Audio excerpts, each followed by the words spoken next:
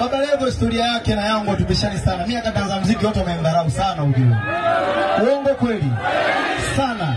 Lakini leo katika nchi hii mimi ndo mwakilishi wa kwanza kwenye muziki. Uongo kweli? Napokuwa mimi mwakilishi wa kwanza kwenye muziki, maana yake Kigoma ndo mwakilishi wa kwanza kwenye muziki.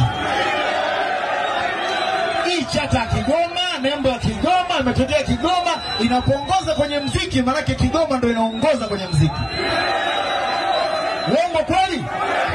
Wakati naanza kaongea sana huyo eti sio hajasomea muziki, sio nikasema wewe njoo na makaratasi yako ya muziki, afu mimi natoka na elimu ya mtaa, afu tulete matokeo kuonesha maajabu. Kama kuna kiumbe chochote kinafanya muziki nchi hii kinaniweza kisogee mbele yangu. Kama kuna kiumbe chochote, niambie kitu. Kigoma wewe. Hapa katikati ilikuwa niko na harakati nyingi za kimataifa. Huko nyuma kwa kuna dharau nyingi za kijinga jinga. Nikasema hawana adabu hao. Nikawatia misumari.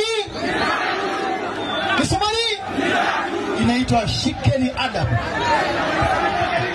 Niweka misumari, nikaka namba 1 2 3 nakuja kenge yote wasogea hapa. Mpaka sasa hivi nataka tushamaliza ndio watu wanaanza kusogea tu. Lakini ile nilitoa kwa kuwashikisha adabu, kama shikeni adabu na mtoto huyu wa Kigoma.